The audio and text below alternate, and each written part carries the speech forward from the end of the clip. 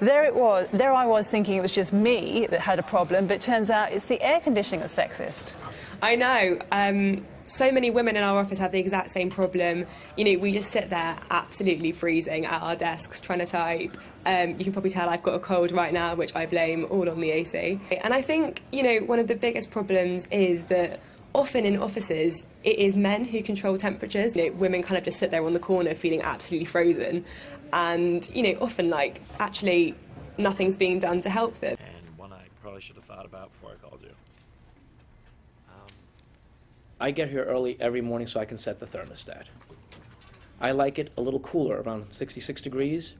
I'm more productive.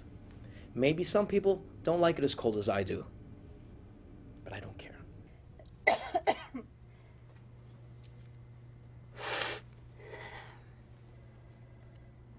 I am just feeling under the weather, and I think that I will go home and rest.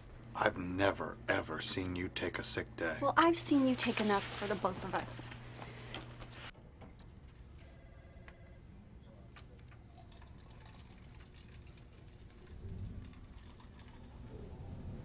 I always said it at 69.